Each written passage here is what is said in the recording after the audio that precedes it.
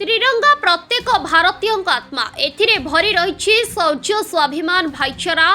यह विभिन्नता मध्य एकता समन्वयर परिचय देछि बोली कहछन्ति जिला योजना बोर्डर अध्यक्ष तथा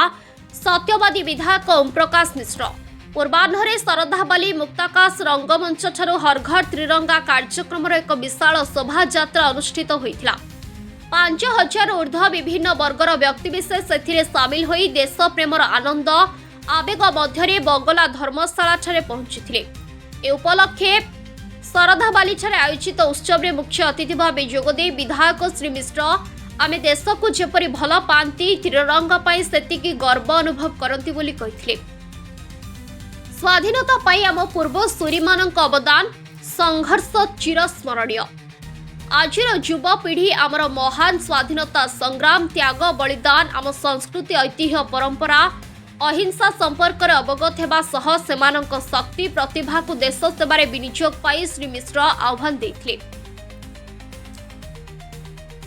जगन्नाथ मोना श्री मधुसूदन सिंगारी महापुरुष जगन्नाथ सिंहलगे सेवक भारतीय जनता पार्टी राष्ट्रीय परिषद सदस्य। आज बर्तमान जो तिरंगा शोभायात्रा केवल आज नुह आज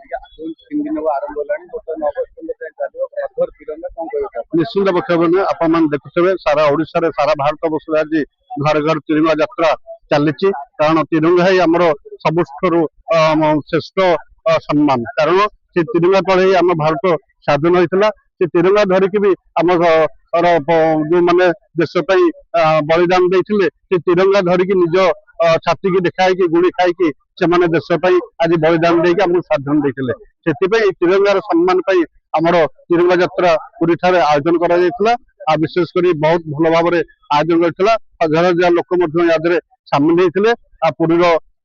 जिलापाल तथा एसपी महोदय जिलापाल महोदय और समस्त प्रशासनिक अधिकारी भारतीय जनता पार्टी सभापति और भारतीय जनता पार्टी समस्त पदाधिकारी और समस्त स्वेच्छासेवी विभिन्न स्वेच्छासेवी अनुष्ठान कर्मकर्ता मान भाग नहीं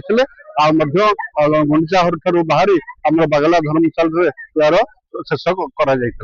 मोदी जी प्रधानमंत्री तो हर घर तिरंगा कार्यक्रम निश्चित पक्ष आपण देखुए मोदी जी प्रधानमंत्री काम अच्छी आगे चलती आज स्वच्छ भारत हो घर घर तिरंगा हो तिरंगा सम्मान हो सदाबले आम देश प्रधानमंत्री यशस्वी प्रधानमंत्री नरेंद्र मोदी जी देश सदाबले मुंड टेकी रखिंट आगू भारत मुंड टेकी रखिए आम ये महाप्रभु पाखे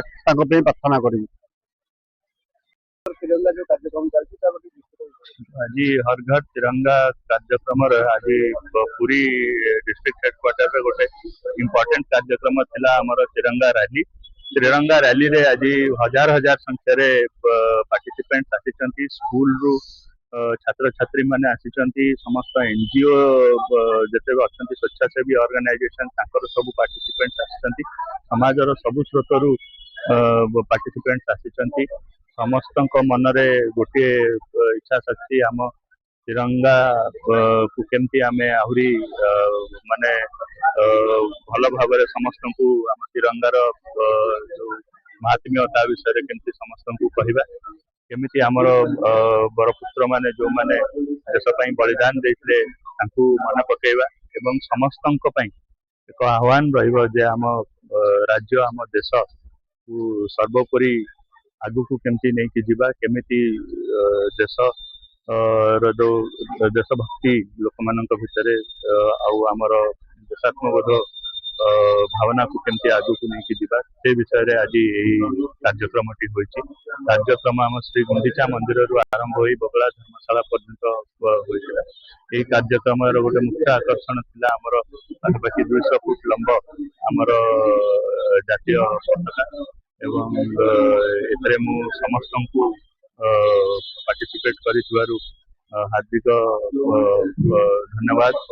जनाऊँगी एवं समस्त को हर घर तिरंगा जो विभिन्न कार्यक्रम होची सेथरे पार्टिसिपेट करिया पे अनुरोध। हरिहर महापात्र आमर भारतीय जनता पार्टी रो जिला कार्यकारिणी अछि। जो बर्तमान आमर अगस्त 15 हर घर तिरंगा कार्यक्रम चलती तो पूरी महा आडंबर चलती आज भी चलता बगला कौन कह आज जो आमर पुरी जिला प्रशासन तरफ जो हर घर तिरंगा यात्रा अनुष्ठित होईछि जिला प्रशासन द्वारा, जोटा कि आज समग्र ओडिशा रे एई भली तिरंगा यात्रा होउछि। खाली समग्र ओडिशा नुह, संपूर्ण भारत रे आमर माननीय प्रधानमंत्री नेतृत्व रे सारा देश रे एवं सारा राज्य रे माननीय मुख्यमंत्री लोकप्रिय मुख्यमंत्री मोहन चरण माझी नेतृत्व रे आज जो भली भाबे आमर अनुष्ठित होईछि तिरंगा यात्रा एवं याकु सुचारू रूपे आज पूरी जिला प्रशासन आमर कलेक्टर जरिया रे जो भली भाबे आमे प्रस्तुति होईछि एवं तार बहुत सुंदर प्रतिछवि पूरी शहर रे प्रतिफलन होईछि। आज तिरंगा यात्रा होउछि आमर जाति ऐतिह्य आम देशर मानदंड। एई तिरंगा यात्रा रे मु समस्त देशवासी राज्यवासी समस्त को अनुरोध करी कि आपण माने समस्ते एही यात्रा रे नियोजित हुंतु, कारण आमर देशर एकता रो पटचित्र होउछि आमर तिरंगा। आमर जहा आम एही माँ को नहीं आमे आज गर्व करूछु, जहा जो माँ पई आज संपूर्ण भारतवासी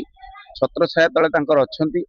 एवं सेही तिरंगा यात्रा जहार आमर ऐतिह्यर प्रतीक जहाकु नहीं आमे गर्व करूछु। सेति पई मु कहिबी ए तिरंगा यात्रा आज पुरी ठारे शृंखलित भाव रे अनुष्ठित होईछि। सेति पई मु जिला प्रशासन जिलापाल आमर मान्यवर विधायक ओम प्रकाश मिश्र एवं पूरी जिला आरक्षी अधीक्षक जो आमर प्रतीक सिंह उनको मु धन्यवाद दउछि, जा हो एई भली भाबे सुचारू रूपे एई यात्रा को सफल करिसेंती पुरी रे एवं शह शह संख्यार लोक एथिरे जोड़ी एई यात्रा को सफल करिसेंती।